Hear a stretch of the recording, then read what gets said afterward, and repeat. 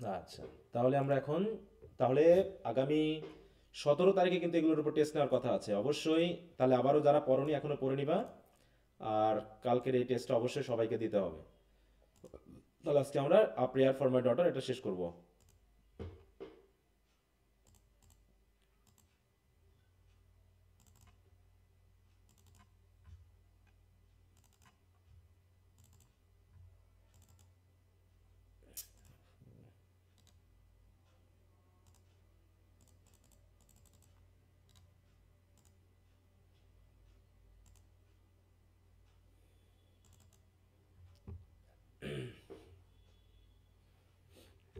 কি সবাই শুনতে পাচ্ছ?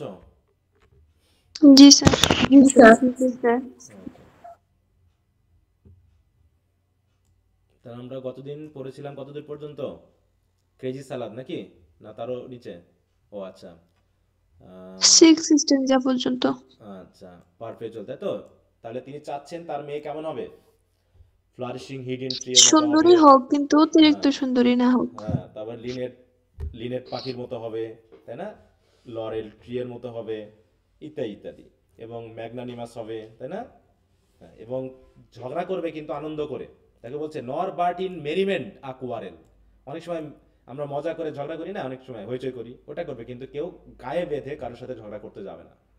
বুঝতে পেরেছো? এরকম আর কি, মানে যা করবে সে মেরিমেন্টে করবে, মজা করে করবে, কিন্তু কারোর সাথে গায়ে পড়ে ঝগড়া করতে যাবে না, কারোর সাথে মারামারি করতে যাবে না, কারো পিছনে ছুটবে না, কাউকে ঈর্ষা করবে না, হিংসা করবে না, কিচ্ছু করবে না। সে হবে কি? ম্যাগনানিমাস। হ্যাঁ, ম্যাগনানিমাস মানে বুঝো? What is the meaning of magnanimous? মহৎ এরকম কিছু। হ্যাঁ হ্যাঁ, তোমরা ম্যাগনানিমিটি শব্দগুলো পড়োনি?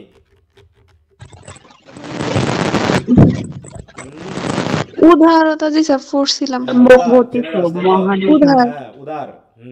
জেনারাস, ফরগিভিং, দেখো দয়াশীল বা ক্ষমাকারী, ক্ষমা করে দিবে। হ্যাঁ, এবং specially toward a rival or less powerful person, বিশেষ করে যারা তোমার চেয়ে কম, মানে দুর্বল বা হচ্ছে যারা ক্ষমতাহীন, এরকম মানুষকে দয়া দেখানো বা ক্ষমা করে দেওয়াকে বোঝানো হচ্ছে বিগ হার্টেড। হ্যাঁ, বা বেনিফিশিয়েন্ট, বেনেভোলেন্ট, চ্যারিটেবল, জেনারাস, এরকম আর কি।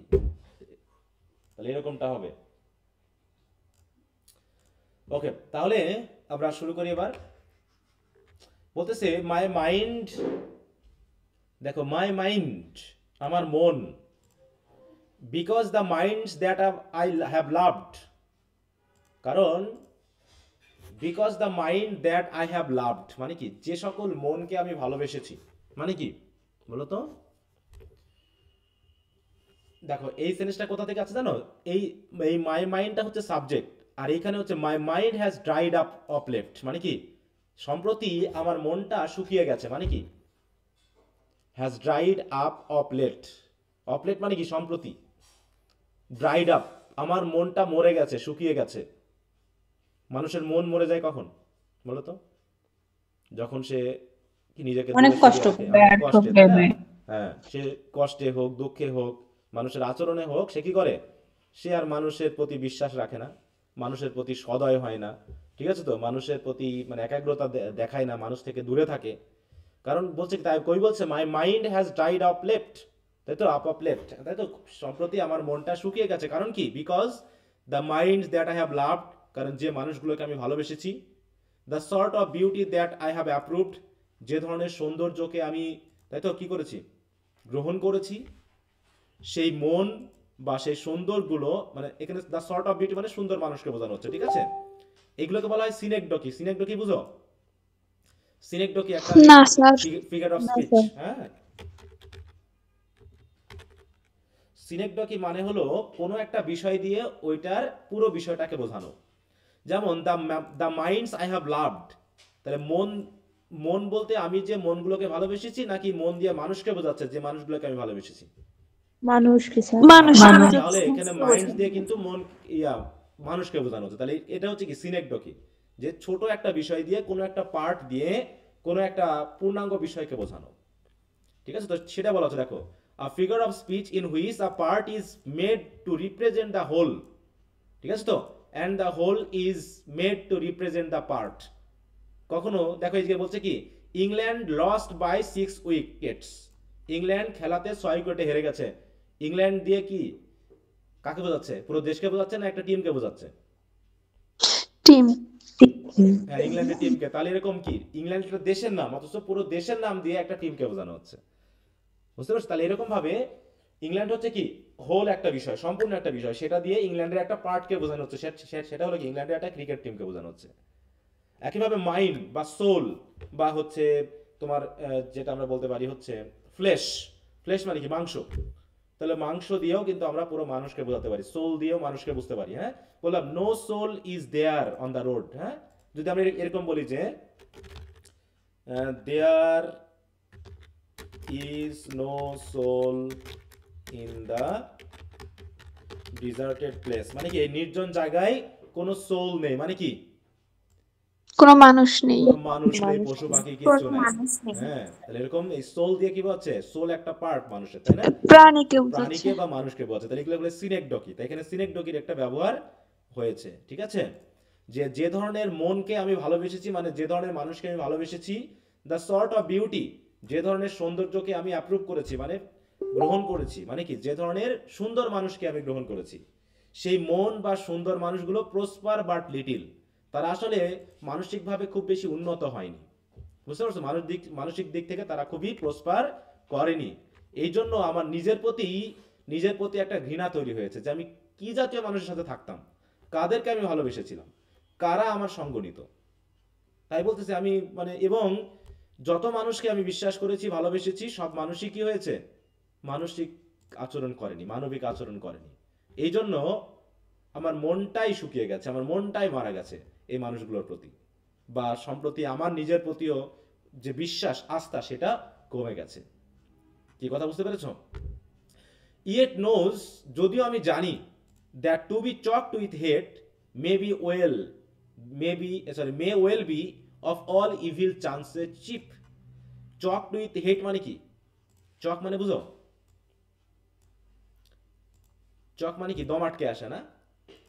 আর চক উইথ হেট মানে কি প্রচুর পরিমাণে ঘৃণা পোষণ করা, মানে এত ঘৃণা পোষণ করা যে মনে হচ্ছে দম আটকে আসতেছে ঘৃণাতে আর কি। তাই কারোর প্রতি ঘৃণা থাকাটা বা প্রচুর পরিমাণে ঘৃণা পোষণ করাটা সকল খারাপের মূল। দেখো বলছে may well be of all evil চান্সের চিপ, মানে যত রকমের খারাপ চান্স আছে, যত রকমের খারাপ কাজ আছে, সবগুলোর চিপ হলো, প্রধান হলো এই ঘৃণা। আমি এটা জানি যে মানুষের প্রতি ঘৃণা থাকাটা খারাপ, কারণ এটা সকল খারাপের মূল। কারণ ঘৃণা করে মানুষকে খুন করে, মানুষকে হত্যা করে, তাই তো? বা মানুষের প্রতি ক্ষতি কাজ করে, কিসের কারণে? ঘৃণার কারণে। তাই বলছে আমি সেটা জানি, তারপরেও কেমন জানি মানুষের প্রতি আমার ঘৃণাবোধ হয়। বুঝতে পেরেছ? এবার বলছে কিন্তু কবি, দেখো, if there is no hatred in a mind, বলছে মানুষের মনে যদি কোনো ঘৃণা না থাকে, assault and battery of the wind, assault and battery of the wind, assault মানে বুঝো তো? অ্যাসাল্ট মানে কি আক্রমণ বা প্রভাব, আর ব্যাটারি মানে কি কিসের ব্যাটারি? উইন্ড। এখানে একটা মেটাফোর এসেছে কিন্তু। হ্যাঁ, এখানে মেটাফোরটা কেমন দেখো, যে assault and battery of the wind can never tear the linnet from the leaf. Linnet from the leaf মানে কি? মনে করো একটা লিনেট পাখি একটা গাছে বসে আছে, আর এই সময় ঝড় উঠছে, ঠিক আছে তো? তাহলে লিনেট পাখিটার মনে যদি অন্য কারোর প্রতি ঘৃণা না থাকে, আচ্ছা একটা জিনিস ভাবো তো, কারোর প্রতি যদি তুমি ঘৃণা পোষণ করো, তখন তোমার মনে তোমার বিষয় নিয়ে চিন্তা থাকে, নাকি যাকে ঘৃণা করতেছো তার প্রতি তোমার মন মানসিকতা ব্যস্ত থাকে? কিসের প্রতি থাকে? যাকে ঘৃণা করতেছি তার যাকে ব্যাপারে। ঘৃণা করছে তার ব্যাপার। এই জন্য ক্ষতিটা কার হয়? এই জন্য আমি অন্যমনস্ক হয়ে পড়ি এবং নিজেরই ক্ষতি হয়। তাই বলতেছে যে যদি আমাদের মনে অন্যের প্রতি ঘৃণা থাকে তাহলে আমাদের ক্ষতি হয়, কিন্তু যদি আমাদের মনে অন্যের প্রতি ঘৃণা না থাকে তাহলে ঠিক ওই লিনেট পাখির মতো, এই লিনেট পাখি যদি অন্য কারোর প্রতি ঘৃণা পোষণ না করে, তাহলে সে কিন্তু ঝড়ের মধ্যেও গাছের পাতাকে বা ডালকে আঁকড়ে ধরে থাকতে পারবে। এতে কি হবে? ওই বাতাসের যে ফোর্স বা প্রভাব, মানে অ্যাসাল্ট অ্যান্ড ব্যাটারি মানে কি তার যে ধাক্কা বা প্রভাব, তাকে কিন্তু গাছ থেকে ছিড়িয়ে নিতে পারবে না। মানে গাছ থেকে, দেখো তো ঝড়ের সময় পাখি কোথায় থাকে? এমনিতে এই যে রাত, শীতের রাতে পাখিরা কোথায় আছে বলো তো? বলতে পারবা? কারো বাড়িতে ঢুকছে? পাখির বাসায়। কয়জনের বাসা আছে? কয়টা বাসা তুমি দেখছো গাছে বাসা এখন আছে গাছে? না বাসা তো ওরা বানাবে যখন ডিম দিবে তখন। তাহলে এখন কোথায় থাকে থাকে ওরা, বলো? এখন সব পাখি দেখবো গাছে গাছে বসে আছে। যত শীতই হোক, যত ঝড় হোক, ওরা কিন্তু, ওদের কিন্তু বাসা লাগে না। ওরা ওই গাছে নিজের পা দিয়ে ডাল আঁকড়ে ধরে ওখানে ঘুম দিবে। তারা কিন্তু ঝড়ের ভিতরও পড়বে না। অবশ্য ঝড়ে অনেক পাখির ক্ষতি হয়ে যায়, তাই তো, তারপরেও অধিকাংশ পাখি তো আর মরে না, তাই না? তার মানে কি? তার মানে বোঝা যাচ্ছে যে পাখি তার নিজের পা দিয়ে কি করে গাছের ডাল আঁকড়ে ধরে কিন্তু বসে থাকে। যত ঝড় আসুক, যত ঝড়ের দমকা বাতাস হোক, আর যত আঘাতই হোক না কেন, এই লিনেট পাখিকে বা কোনো পাখিকেই যেমন গাছ থেকে ঝড় ছিনিয়ে নিতে পারে না, ঠিক তেমনি মানুষের লক্ষ্য থেকে, উদ্দেশ্য থেকে কেউ কখনো তাকে সরাতে পারবে না, যদি সে কারো প্রতি ঘৃণা প্রদর্শন না করে। কারণ সে তখন নিজের কাজ নিয়ে নিজের প্রতি ব্যস্ত থাকতে পারবে, নিজের কাজে মনোযোগ দিতে পারবে। এই জন্য তার লক্ষ্য স্থির, মানে লক্ষ্যচ্যুত হবে না, লক্ষ্যে স্থির থাকবে। মানে তার কোনো রকম ক্ষতি হওয়ার সম্ভাবনা থাকে না। কার ক্ষতি হওয়ার সম্ভাবনা থাকে না? যার মনে কোনো কি থাকে না? ঘৃণা নেই, ঘৃণা থাকে না, হিংসা তাই তো? নেই। না থাকে না।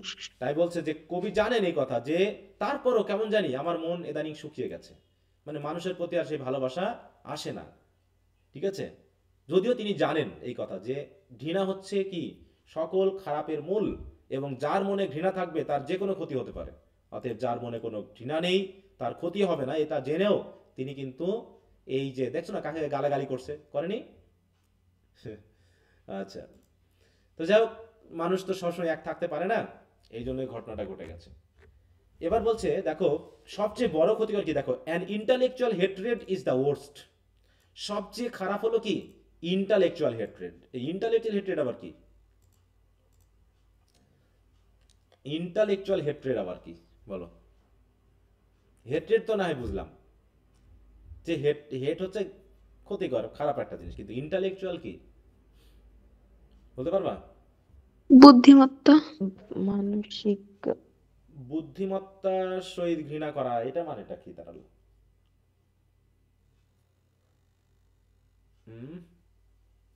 ইন্টালেকচুয়াল হেট্রেড মানে হচ্ছে,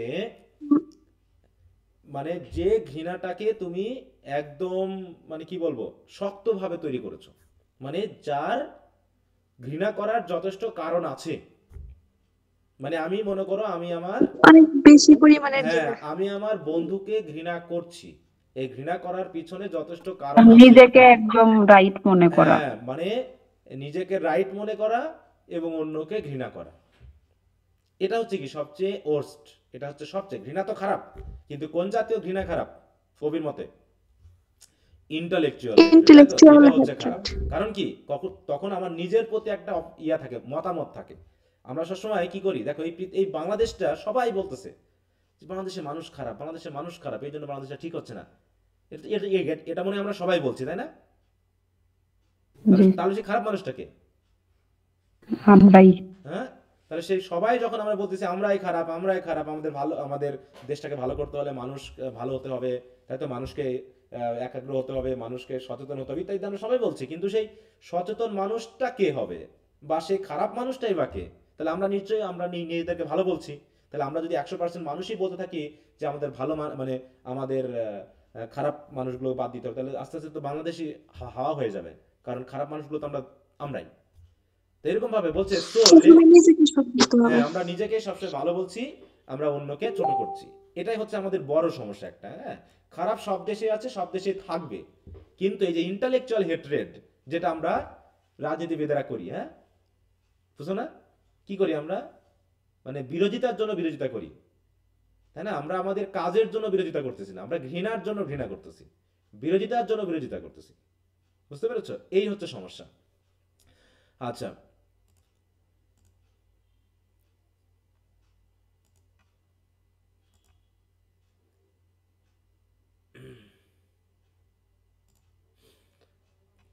আমাকে 8:15 দিকে কেউ মনে করায় দিবা স্ক্রিনশট নিতে, ঠিক আছে তো? হুম, ওকে স্যার। আচ্ছা। জি স্যার। বলছে an intellectual hatred is the worst, so let her think opinions are accursed. অতএব আমার মেয়েকে এটা যেন বোঝানো যায় যে অপিনিয়নস আর অ্যাকার্সড। অ্যাকার্সড মানে কি? অভিশপ্ত। অপিনিয়নই হচ্ছে অ্যাকার্সড। কেমন অপিনিয়ন বলো? অপিনিয়নকে অ্যাকার্স কেন বলা হচ্ছে? যখন তুমি একটা সমাজে চলবা, হুম একদম, যখন তুমি সমাজে থাকবা তখন সমাজের হয় না, আমরা যখন রক্ত যখন গরম থাকে তখন আমরা কি করি? রক্ত গরম থাকলে আমরা কেমন করি বলো তো? আমরা বলি সমাজে এই নিয়মটা খারাপ, এই নিয়মটা ঠিক না। মনে করো আমি একটা মেয়েকে ভালোবাসি, তাই আমি আমার ইচ্ছা আমি তাকে নিয়ে রাস্তায় ঘুরবো, আমি তাকে নিয়ে চলবো, হ্যাঁ, তাকে আমি ভালোবাসবো, প্রেম করব বসে বসে রাস্তার মাঝখানে। লোকে কেন কি বলবে? ভালোবাসা তো স্বর্গীয়, হ্যাঁ, ভালোবাসা এই সেই বলে আমরা কি করি? মতামত দিই এবং সামাজিক বিশৃঙ্খলা তৈরি করি। তাই কবির মতে এই জাতীয় অপিনিয়ন্স গুলো হচ্ছে অ্যাকার্সড। হুম সামাজিকতা মেনটেন করতে হবে, সেরিমনি মেনটেন করতে হবে, ট্রেডিশন মেনটেন করতে হবে, তাহলেই সমাজ ভালো থাকবে। ধর্ম নৈতিকতাকে মেনটেন করতে হবে। তোমার মতামত সবসময় গ্রহণযোগ্য হবে না, সব জায়গাতে মতামত দেওয়াটাও অ্যাকার্সড, ক্ষতিকর জিনিস। বুঝতে পারছো? বলছে কি, have I not seen the loveliest women born out of the mouth plenty's horn. বলছে আমি কি দেখি নাই কত লাভলিয়েস্ট উইমেনকে আমি দেখেছি ধনী পরিবারে জন্মগ্রহণ করতে। হ্যাঁ দেখো, out of the mouths of plenty's horn, plenty horn মানে কি? ধন সম্পদ নিয়ে, তাই তো, ভালো পরিবারে আমি কত মেয়েদেরকে জন্মাতে দেখেছি, লাভলিয়েস্ট উইমেনকে জন্মাতে দেখেছি। কিন্তু বিকজ অফ আর অপিনিয়নেটেড মাইন্ড, শুধু তার আত্মকেন্দ্রিক মানসিক চিন্তার জন্য, দেখো, বার্টার দ্যাট হর্ন, সেই মানসিকতা, সেই সৌন্দর্যকে, সেই নীতি নৈতিকতাকে সে বার্টার করেছে, বিনিময় করেছে। কিসের সাথে? খারাপের সাথে। বার্টার করা মানে বুঝো তো? বিনিময় করা। হ্যাঁ, বিনিময় করা মানে আগের যুগে মানুষের কি ছিল? তখন তো টাকা ছিল না, তখন মানুষ বিনিময় করত। যদি কারো কলসের প্রয়োজন হতো তাহলে সে কি করতো? বুঝতে পারছি। হ্যাঁ, ধান দিয়ে সে অন্যের কাছ থেকে কলস নিত। আবার যার ধানের দরকার ছিল সে আবার দেখাচ্ছে ওই কৃষি কাজ করে অন্যের কাছ থেকে নিত। এরকম ভাবে বার্টার করা। তাহলে সে যে একটা ভালো পরিবারে জন্মগ্রহণ করেছে, সেখানে নীতি নৈতিকতা মোরালিটি তাকে শেখানো হয়েছে, কিন্তু তার আত্মকেন্দ্রিক মানসিকতার জন্য সেই হর্নকে, সেই সুন্দর পরিবারকে, তার সেই সুন্দর ভাগ্যকে বিনিময় করেছে। কিসের সাথে? এই তার অপিনিয়নেটেড বা ন্যারো মাইন্ডেডনেসের দ্বারা। এবং করেছে কি, এভরি গুড, এবং প্রত্যেকটা ভালো বিষয়কে বাই কোয়াইট নেচার্স আন্ডারস্টুড। দেখো, for an old bellows full of angry wind. ঠিক আছে তো? এবং সে এমনভাবে আচরণ করেছে যে, বলছে দেখো, barter that horn and every good, মানে প্রত্যেকটা ভালো জিনিসকে এবং তার সেই হর্নকে সে বার্টার করেছে কিসের দ্বারা? By quiet natures. বুঝতে পেরেছো? বাই মানে কি? দ্বারা, না? কোয়াইট নেচার্স মানে কি? What is the meaning of quiet nature's? শান্ত স্বভাব। মানে তার নিজের চিন্তা ভাবনা, তার নিজের নেচার দিয়ে, হুম তার যে একগুঁয়েমি ভাব দিয়ে, সে তার নিজস্ব মানসিকতা দিয়ে সে কি করেছে? এইগুলোকে বিনিময় করেছে। আর শেষ পর্যন্ত আমি এটাই দেখেছি যে for an old bellows full of angry wind. ঠিক অনেকটা তাদের কথাবার্তা, আচার আচরণগুলোকে এমন মনে হয়েছে যে তাদের ওই যে সেই খালি কলসি বাজে বেশির মতো। ঠিক আছে তো? Old bellows full of angry wind মানে কি? বিলো বুঝো? Bellow, what is bellow? রোজ হাপর। হ্যাঁ, হাপর। এই যে কামারের যে হাপর থাকে না, দেখছো কখনো? কামার বাড়িতে গেছো? জি স্যার। দেখবা এক ধরনের চামড়ার তৈরি একটা হাপর মতো থাকে এরকম, হ্যাঁ, সেটাকে টানে এই, তাই তো? বাতাস আর এই ইয়া দিয়ে কি, এখান দিয়ে মুখ দিয়ে বাতাস বার হয়। ঠিক আছে, এরকম ভাবে বাতাস বার হয়, হাপর। হ্যাঁ, তাই অ্যাংরি বিলো। তাই বলছে কি, যে তাদের ব্যাপারটা এরকম হয়ে দাঁড়ায় যে ফাঁপা, হ্যাঁ, বুদ্ধি শুদ্ধি কিছু নাই, কিন্তু বড় বড় কথা বলে বেড়ায়। হ্যাঁ, এই যে এখানে হাপর, এটা এরকম করে চাপ দিলে পারে কি হবে? এইটা থেকে বাতাস এসে এই জায়গায় কি করবে? ওই যে তোমার যে কয়লা থাকে সেটাকে, আগুনটাকে জ্বালিয়ে চুলাতে দিবে। আগুন। হ্যাঁ, আগুনটারও তাপ দিবে এবং লোহাটাকে গরম করবে, তাপিয়ে দিবে, না? এই যেখানে, হ্যাঁ, এইটা। তাই বলতেছে অনেক মানুষকে দেখেছি তাদের বাহ্যিক চেহারাটা সুন্দর, কিন্তু মানসিকতা উন্নত না থাকার কারণে তাদেরকে অনেকটা ওই ওল্ড বিলোর মতো মনে হয়েছে। হ্যাঁ, old bellows full of angry wind. Angry wind, যে উইন্ডে আগুন আছে, তাপ আছে, হ্যাঁ, শান্তি নেই। এখানে এই যে অনেক মানুষকে দেখেছি, এই have I not seen the loveliest women, এটা দিয়ে কাকে রেফার করতে পারে? এই লাভলিয়েস্ট উইমেনটাকে খুবই তো দেখছে, হেলেন হেলেন হেলেন হতে পারে, এখানে মেইনলি মডগনকে বোঝানো হতে পারে, ঠিক আছে তো। মডগন। হ্যাঁ, দেখো বলছে কি, I would like my daughter to avoid the weakness of Maud Gonne because it was because of her strongly held opinions that Maud Gonne was led to act foolishly. হ্যাঁ, তার নিজের প্রতি নিজের, হ্যাঁ, অপিনিয়টেড মাইন্ড, যেটা কি নিজের প্রতি নিজের আত্মকেন্দ্রিকতা, হ্যাঁ, নিজের সৌন্দর্যকে সবচেয়ে বেশি মনে করা, অন্যকে গুরুত্ব না দেওয়া, এই সব কিছু কি করেছে শেষ পর্যন্ত ওই ইউজলেস হয়ে গেছে, হ্যাঁ, হাপরের মতো। হ্যাঁ, দেখো, all her beauty and her good upbringing prove to be useless. She ruined her happiness in life by choosing a worthless person as John McBride for a husband. হ্যাঁ, এটা বলা হয়েছে।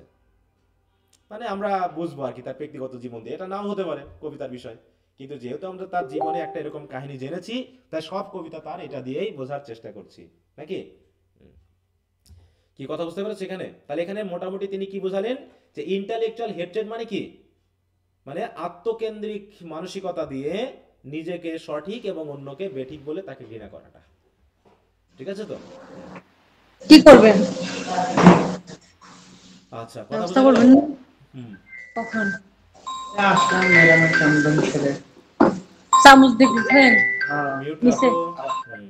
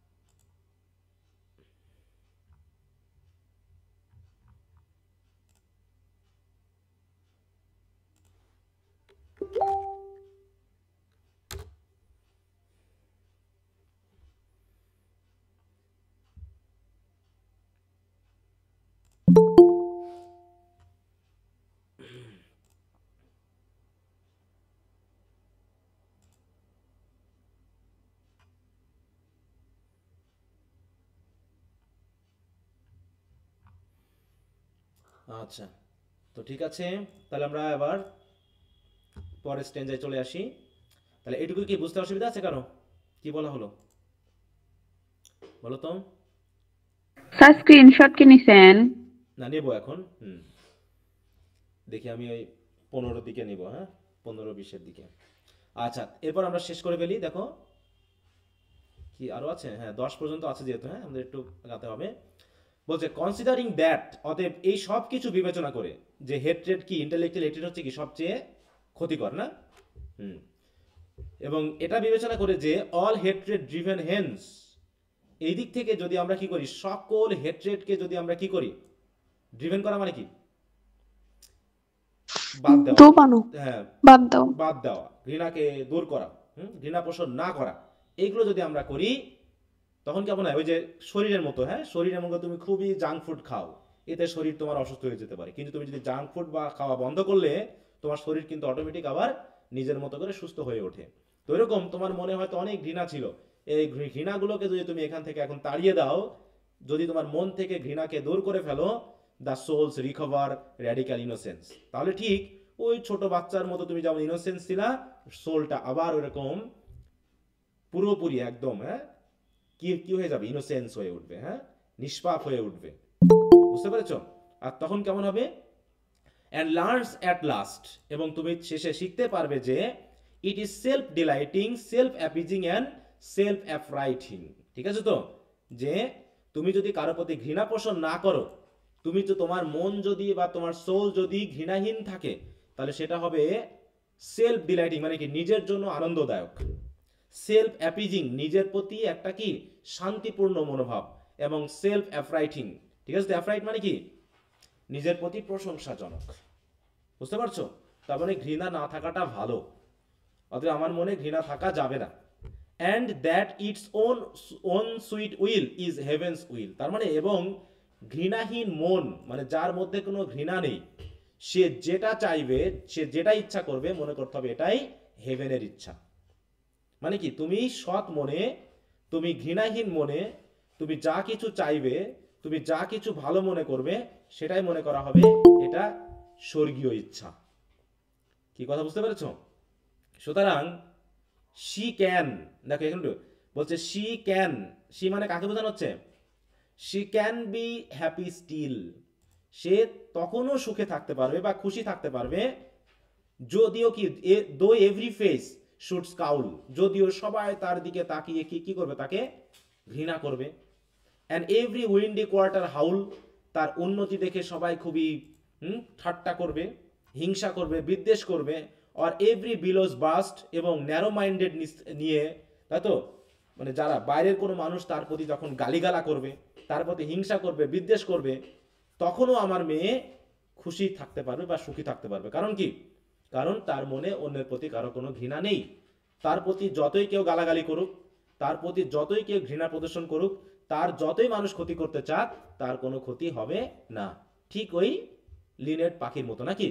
যে পাখির কোনো যদি মনে ঘৃণা না থাকে, তাহলে কোনো বাতাস, তাই তো, কোনো ঝড় তাকে যেমন ছিনিয়ে নিতে পারে না, তেমনি আমার মেয়ের মধ্যে যদি এরকম ঘৃণা না থাকে, তখন সেটা হবে কি তার জন্য, কি বলে, একটা শক্তি, হ্যাঁ, মানসিক শক্তি। এই মানসিক শক্তি তাকে অন্যের ঘৃণা, ঈর্ষা, বিদ্বেষ থেকে তাকে রক্ষা করবে এবং সে সুখে থাকবে। কি কথা বুঝতে পেরেছ? কি বোঝা গেল? জি স্যার। জি স্যার। জি স্যার। তাই কি বলছে? And may her bridegroom bring her to a house. Bridegroom মানে কি?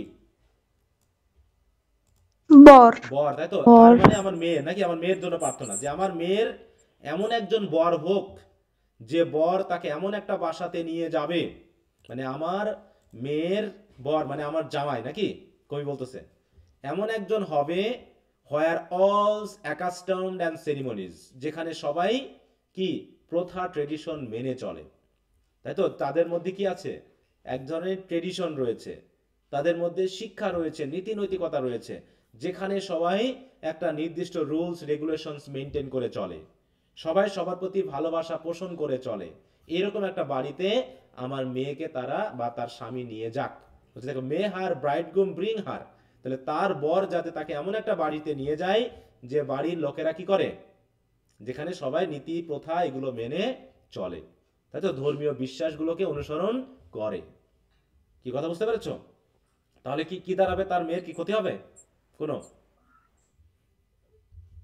না, না। তাই বলছে তার কারণ মেয়ে কি? নীতি নৈতিকতা আদর্শ শিখবে। হ্যাঁ, সেও শিখবে এবং তার পরিবার তাকে নীতি নৈতিকতা দিয়ে ভালোবাসবে, এবং তাকে ওই যে মর্টগনের মতো ডিভোর্স পেতে হতে হবে না, তাই তো।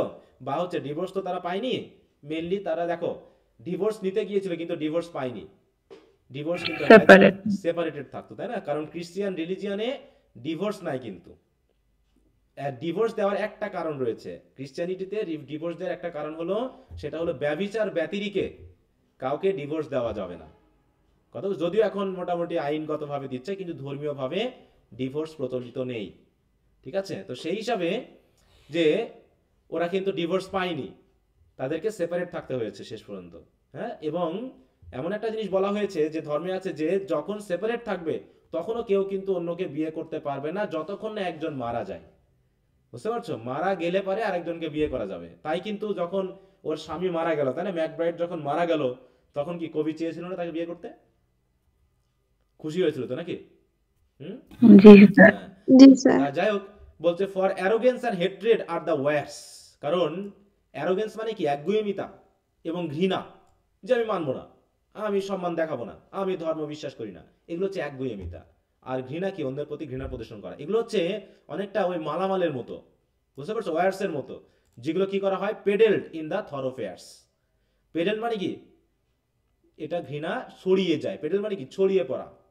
ঠিক অনেকটা ওই সেই ইয়ার মতো, ওই যে তোমার বিশেষ করে দেখবা যে গ্রামে গ্রামে হাঁক মেরে মানুষজন কি করে, ওই যে মালামাল বিক্রি করে না, ফেরিওয়ালা। হ্যাঁ, ফেরিওয়ালার মতো, তাই তো। ফেরিওয়ালার মতো কি করে, এ বাড়ি যায়, ওই বাড়ি যায়, এ বাড়ি যায়, গিয়ে তার মালামাল বিক্রি করে। ঠিক ওইরকম, হ্যাঁ, ঘৃণা কি করে মানুষ, মেয়েরা কি কি করে, বিশেষ করে ওই বাড়িতে গিয়ে ওর নামে গল্প, ও গিয়ে ওর নামে গল্প করে কি প্যাঁচ লাগায় না? বিশেষ করে গ্রামের মেয়েরা কি কি করে বলো তো? অন্যের সমালোচনা করে। হ্যাঁ, অন্যের সমালোচনা করে, ঠিক আছে তো। তা ঠিক বলতেছে, ঘৃণা এগুলো হচ্ছে কি ওই জাতীয় জিনিস, যেগুলো কি কি করে, ওই অন্যের নামে সমালোচনা টমালোচনা করা, ঘৃণা করা, এই করে ছড়িয়ে দেয়। দিয়ে সমাজের ভিতরে বিশৃঙ্খলা তৈরি করে, পরিবারের ভিতরে ঘৃণা প্রদর্শন বা বিশৃঙ্খলা তৈরি করে। তাই বলতেছে যে এইগুলো চাই না, আমার মেয়ে যাতে এগুলো না করে, এই জন্য আমি এমন একটা পরিবার চাই যেখানে আমার পরিবারের বা আমার জামাইয়ের পরিবারটা এরকম হবে যেখানে সবাই ধর্ম বিশ্বাস করবে, সমাজ মেনে চলবে, সামাজিকতা মেনে চলবে, এরকম। কারণ কি, how but in custom and in ceremony are innocence and beauty born. কারণ দেখা গেছে যে কাস্টম এবং সেরিমনির মধ্যেই আসলে এই নিষ্পাপতা এবং বিউটি জন্মগ্রহণ করে। এই বিউটি মানে কিন্তু আর এই বাহ্যিক বিউটিকে বোঝানো হচ্ছে না। এটা ওয়াইফের, সরি, কবির ওয়াইফের কথা মনে আছে? হুম, জি স্যার। কি জি কি স্যার। নাম কি ছিল? হুম। জর্জি হাইডলি। Hyde. হাইলি হ্যাঁ, তাহলে ওর মধ্যে তিনি কি পেয়েছেন? ইনোসেন্স অ্যান্ড বিউটি পেয়েছেন। হ্যাঁ, তার সাথে সে সংসার করেছে। তাই বলছে কাস্টম এবং সেরিমনির মধ্যেই যে ইনোসেন্স এবং বিউটি বর্ন করে সেটা আমি দেখেছি বা জানি। সুতরাং ceremonies are name for the rich horn, অতএব সেরিমনি হলো প্রাচুর্যের একটা লক্ষণ বা নাম। বুঝতে পারছো? শুধু ওই হুদাই এলোমেলোভাবে জীবন চালানো, সামাজিকতাকে নষ্ট করা, এগুলোর মধ্যে কোনো নীতি নৈতিকতা, সৌন্দর্য বোধ নেই, সৌন্দর্য নেই। ঠিক আছে তো? কারণ বলছে কি, ceremonies are name for the rich horn. Rich horn মানে কি, ওই যে নীতি নৈতিকতা, মোরালিটি, এটা। আর এগুলো প্রধানত সেরিমনি থেকে আসে। সেরিমনি মানে বুঝতে পারছো তো? বারবার বলতেছি কিন্তু, সেরিমনি মানে কি, ট্রেডিশন, যেগুলো মানুষ ধর্মীয়ভাবে মেনে চলে। এখন তো মানুষ আর এগুলো মানে না খুব একটা, তাই না? কারণ কি, এখন মোটামুটি ধর্মীয় উৎসবের দিনেও তারা এমন মজা করে যারা ধর্মবিরুদ্ধ, না? নেশা টেশা করে, বক্স বাজিয়ে, উচ্চস্বরে গান করে, নাচা গানা করে, এগুলো কি সেরিমনি? বলো। না। এগুলো না, স্যার। হয় না। তাই বলছে ceremonies are name for the rich horn and custom for the spreading laurel tree. আর কাস্টম হচ্ছে কি, প্রথা হচ্ছে কি, অনেকটা ওই লরেল ট্রি এর মতো, যেটার রুট থাকবে গভীরে, যেটা রুট কেউ দেখতে পাবে না কিন্তু চারিপাশে এটা ছড়িয়ে যাবে। তো সমাজেও এরকম কিছু কাস্টম বা পরিবারে এরকম কিছু কাস্টম থাকবে যেটা বংশ পরম্পরায় চলতে থাকবে এবং সকলকে ওই লরেল ট্রি এর মতো করে একটা সম্মান দিয়ে যাবে। লরেল ট্রি মানে বুঝো তো? লরেল মানে বুঝো? এটা এমন একটা গাছ যে গাছটাকে আগে কি করা হতো জানো? তৎকালীন সময়ে মুকুট বানাতে এই লরেল ট্রি এর গাছের পাতা ইউজ করা হতো। এটাকে একটা সম্মানজনক গাছ বলা হয়ে থাকে। ঠিক আছে? এই যে এই গাছটাকে লরেল ট্রি বলা হয়। বুঝতে পারছো? এই গাছের একটা সুন্দর গন্ধ আছে, অ্যারোমেটিক, এভারগ্রিন ট্রি। এটা কিসের প্রতীক দেখো তো? দেখো, ভিক্টরির প্রতীক। হ্যাঁ, দেখো এই যে লরেল, এরকম একটা মুকুট তৈরি করে মাথায় মানুষকে দেওয়া হতো যে জিততো। বলছে আর laurel is a shrub that was traditionally use to weave wreath and crowns that were symbol of victory in the sporting events of ancient Greeks। বা এই লরেল বলতে দেখো লরেট বলা হয়, লরেট, লরেল থেকে কিন্তু লরেট কথাটা এসেছে। হ্যাঁ, Nobel laureate, knighthood laureate, award, এগুলোকে দেওয়া হতো আগে। এই জন্য এই গাছের সাথে তুলনা করেছেন, যে গাছের মধ্যে কি একটা সম্মান আছে। ঠিক আছে তো? তাহলে তাই বলছি কাস্টম হচ্ছে কি, অনেকটা ওই স্প্রেডিং লরেল ট্রি এর মতো, যেগুলো কি করে একটা পরিবারের বা একটা সমাজের সম্মানকে বাড়িয়ে দেয়। ঠিক আছে তো? অতএব আমি চাই আমার মেয়ে সেভাবেই শিক্ষিত হোক, তেমনই সৌন্দর্য পাক এবং তেমন একটা পরিবার পাক যেখানে সে সুখে শান্তিতে নীতি নৈতিকতা নিয়ে বসবাস করতে পারবে। কি কথা বোঝা গেল? জি স্যার। তো এনারা কি বলছে? স্যার, হ্যাঁ বলো। বাই কোয়াইট আন্ডারস্টুড, ওই লাইনটা একটু আরেকবার বলেন তো। কোথায় গেল? কত দূর? স্যার, ওই যে বিলোস ফুল অফ অ্যাংরি উইন্ড, লাস্টের দিকে। একটু আগে বলবা, যখন আমি বলি, বুঝতে পেরেছো? তাহলে আবার পিছনে চলে যেতে হবে। তখন আম্মু ফোন দিছিল, আমি কেটে গেছিল ক্লাসটা। আচ্ছা ঠিক আছে। ওটা তো অনেক আরো উপরে, এখানে। দেখো বলছে কি, যে বিকজ অফ আর অপিনিয়নেটেড মাইন্ড, কারণ একজন সুন্দরী নারী শুধু তার আত্মকেন্দ্রিক মানসিকতার জন্যই সে তার রিচ হর্ন এবং এভরি গুড, মানে কি যা কিছু ভালো এবং যা কিছু নীতি নৈতিকতাপূর্ণ সেগুলোকে কি করে, বিনিময় করে ফেলে। মানে এইগুলোকে, ভালো জিনিসগুলোকে বাদ দিয়ে সে কি করে, খারাপ কিছুর খারাপ। By quiet nature understood. ঠিক আছে তো? হ্যাঁ, সে বার্টার করে ফেলে, খারাপ কিছুর দ্বারা বার্টার করে ফেলে বা বিনিময় করে ফেলে। বিনিময়টা কিভাবে করে? বাই কোয়াইট নেচার আন্ডারস্টুড, মানে নিজের মতো করে বুঝে। নিজের নেচার দিয়ে, নিজের মতো করে, ঠিক আছে তো, বুঝে সে কি করে, সে মনে করে যে খারাপটাই হয়তো বা তার কাছে ভালো মনে হয়। অতএব যা কিছু ভালো, যা কিছু নীতি নৈতিকতাপূর্ণ, এই যে মাঝে মাঝে আমরা পোশাক নিয়ে মারামারি করি দেশে, হয় না? যার পোশাক যে পরবে, যেভাবে খুশি সেভাবে পরবে, নাকি? আছে না এরকম? জি ছেলেরা স্যার। মেয়েদের পোশাক পরে, তাহলে সেটা তার কাছে ভালো মনে হচ্ছে, সে ওটাই বুঝতেছে, ওটা দিয়ে মনে করতেছে আমি যা বুঝতেছি সেটাই মনে হয় ঠিক, সেভাবে সে প্রচার করতে চাচ্ছে। এখন তো আমাদের দেশে মোটামুটি জ্ঞানী লোকের অভাব নাই। এখন ক্লাস 5-এর ছেলেমেয়েরাও জ্ঞান দিচ্ছে, বুঝো না? এখন সবাই জি জ্ঞান স্যার। দিচ্ছে আর কি, সবাই এখন এই যে হঠাৎ হঠাৎ করে ছেলেমেয়েরা কি করতেছে, তিতুমির বিশ্ববিদ্যালয় নামে একটা ইয়া টাঙিয়ে দিল, হুম, ওটা বিশ্ববিদ্যালয় হয়ে গেল, এরকম কিছু বলো, কোনো একটা নিয়ম থাকবে না?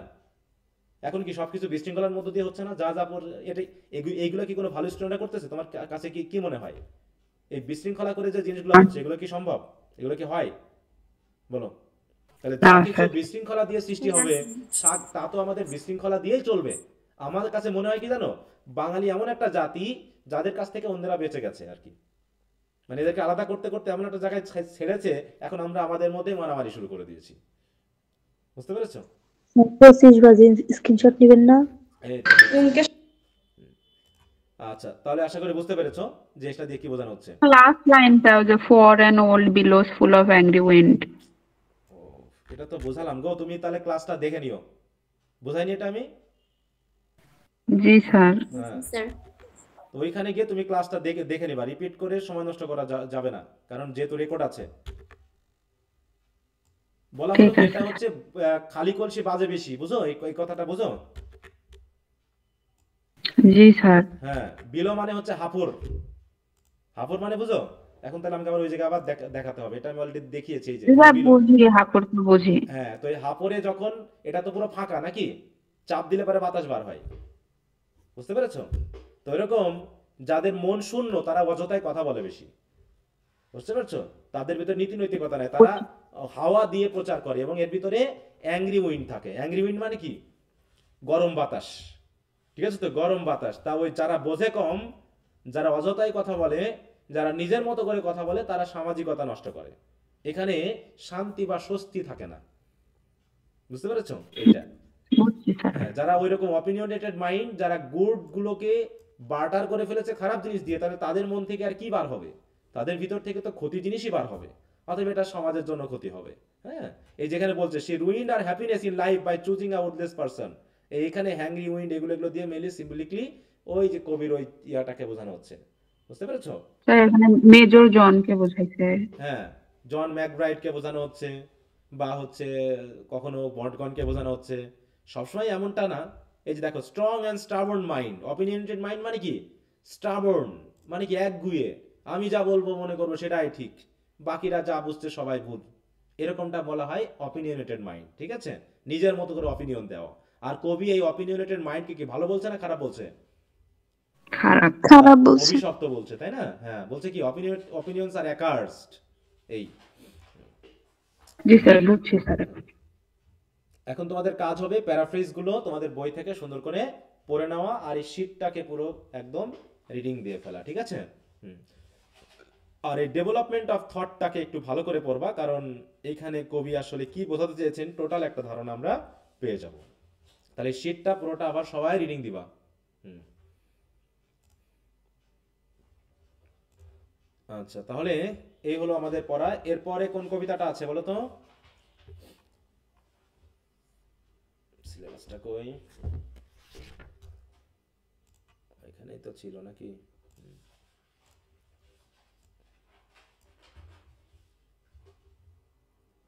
আসলে আমরা পড়লাম হচ্ছে কোনটা? আ প্রেয়ার ফর মাই ডটার, তাই তো? হুম। জি স্যার। আগামী দিন আমরা পড়বো তাহলে হচ্ছে হোম বেরিয়াল। হুম, হোম বেরিয়াল। আমরা একটা না কবিতাগুলো সব শেষ করে যাব, আর এদিকে পড়তে হবে, প্রশ্নগুলো পড়তে থাকবা। আচ্ছা, আর কারো কোনো কথা আছে এমনিতে? বলো, আছে কোনো প্রশ্ন? না স্যার। আচ্ছা, তো ঠিক আছে, তাহলে সবাই ভালো থাকো, আর যেগুলো দিলাম সেগুলো পড়তে থাকো। ওকে। So very good. আর কালকে পরীক্ষাটা নিব হচ্ছে রাতে ঠিক 7টার সময় তোমাদের প্রশ্ন শেয়ার করব, তোমরা ওইভাবে পরীক্ষাটা দিয়ে ফেলবা, ঠিক আছে? হুম, আচ্ছা, তো ঠিক আছে, গুড নাইট।